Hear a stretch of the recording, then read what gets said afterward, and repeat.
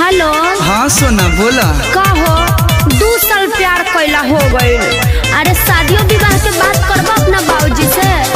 बाबूजी से तो बात कोई ले बनी, लेकिन बड़ा लंबा लिस्ट बनले बने। क्या प्यार भी करोगे और दहेज भी लोगे?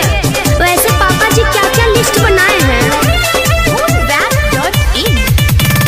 10 लाख नगद गहना आहार, 10 लाख के चाही चढ़े के कार, अरे देवे के पड़ी दहेज। का दहेज लगेगा? ना तो फ्री में बियाह कर लेबू।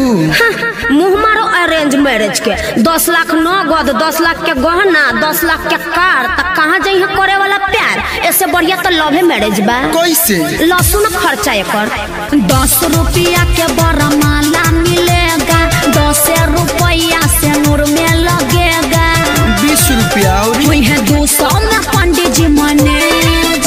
अरे टोटल 220 शादी संपन्न। अब मुँह का ताकत बढ़ो।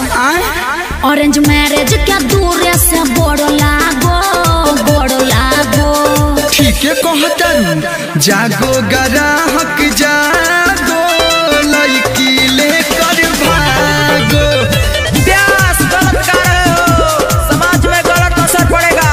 Bachchan ji line change. ओके। जागो ग्राहक जागो, अपनी वाली को लेकर भागो। जियो व्यास सही जा रहे हो।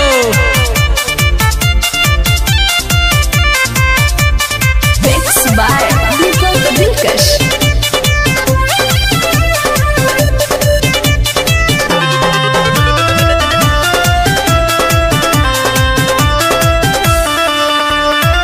कर्जा लेके जुटाबे लोग पैसा, हो जाला टेंशन भारी हो, तब बियाह नहीं निमन से होला, हो जाला मारा मारी हो।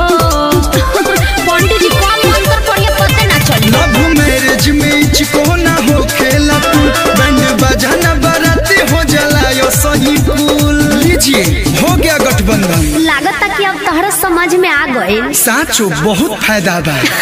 फायदा बानो नहीं केहू से कुछ मांगो मांगो। तो कृपया ध्यान दे। जागो ग्राहक जागो, लड़की लेकर भागो। सॉरी भूल गए थे। जागो ग्राहक जागो, अपनी वाली को हो, अपनी बाबू को हो, अपनी सोना को लेकर जितना जल्दी हो भागो। प्यास बड़ा बानू।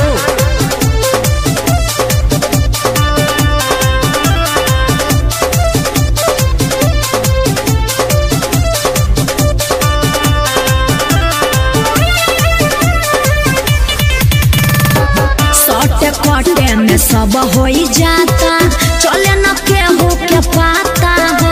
ये तो है। लड़का लड़की समझ ले अपने, झूठे न कोई ही तो नाता हो, न भोज न भात न कोनो बारात। बात बुझ गईले कलू आया जय बच्चन, यही तरी शादी होता ये घरी भाना भन। चोट मंगनी आ पट बिया। अब लागता कि तू पूरे समझ गईला। फायदा तो बढ़ले नु बा लव मैरिज में। चलो पंडित जी के गोड़ लागो लागो। शुभ काम में देरी का। जागो ग्राहक जागो, लड़की लेकर भागो। प्यास आमन बा। चाम के जी भला टटा जाता। जागो ग्राहक जागो, अपनी वाली को लेकर भागो। दहेज लेना पाप है, इसीलिए सभी गार्जियन लोगों से रिक्वेस्ट है कि प्यार करने वाले को मिला दिया जाए। Download from dhoonweb.in